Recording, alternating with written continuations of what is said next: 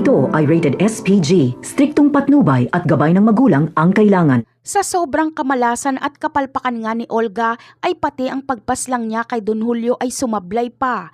Kung akala niyang nagtagumpay na siya ay napakalaking pagkakamali nito dahil hindi pa natuluyan si Don Julio. Bagamat malala ang kondisyon nito sa ngayon, ngunit agad itong makaka-recover dahil pinakamagagaling na doktor ang hinire ni Ramon para lang mabuhay ang papa niya.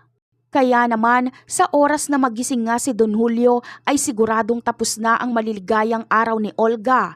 Ituturo kasi siya ni Don Julio na siyang nagpainom sa kanya ng lason. Kaya naman, kapag malaman nga ni Olga na buhay pa si Don Julio, ay agad siyang iisip ng paraan para tuluyan na ito. Alam niyang kapag makapagsalita pa ang matanda kay Ramon, ay siguradong mas masakit pa ang sasapitin niya bago pa siya tuluyan ni Ramon. Dito ay hindi na nga alam ni Olga ang kanyang gagawin. Simulat sa pool talaga ay laging palpak ang kanyang mga planong pagpaslang. Kahit na nga lang si Marites na walang kalaban-laban sa kanya at napakahina ay nakaligtas pa sa planong pagpaslang niya. Si Don Julio pa kaya na may sapusa?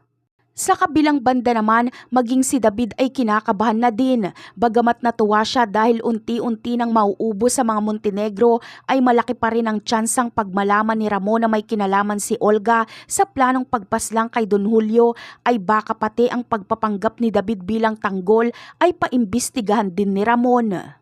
Kaya isang malaking katangahan nga itong ginawa ni Olga. Siya lang din ang gumawa ng paraan para magkaroon sila ng problema. Sa ngayon ay mas lalo lang siyang mahihirapan na tuluyan si Don Julio dahil ni anino niya ay hindi pwedeng lumapit kay Don Julio. Isa pa ay napakahigpit ng pagbabantay kay Don Julio dahil sa utos ni Ramon. Kaya hihintay na lang ni Olga ang maaaring maging hatol sa kanya ni Ramon pag magkataon. At yan ang aabangan natin. Bye!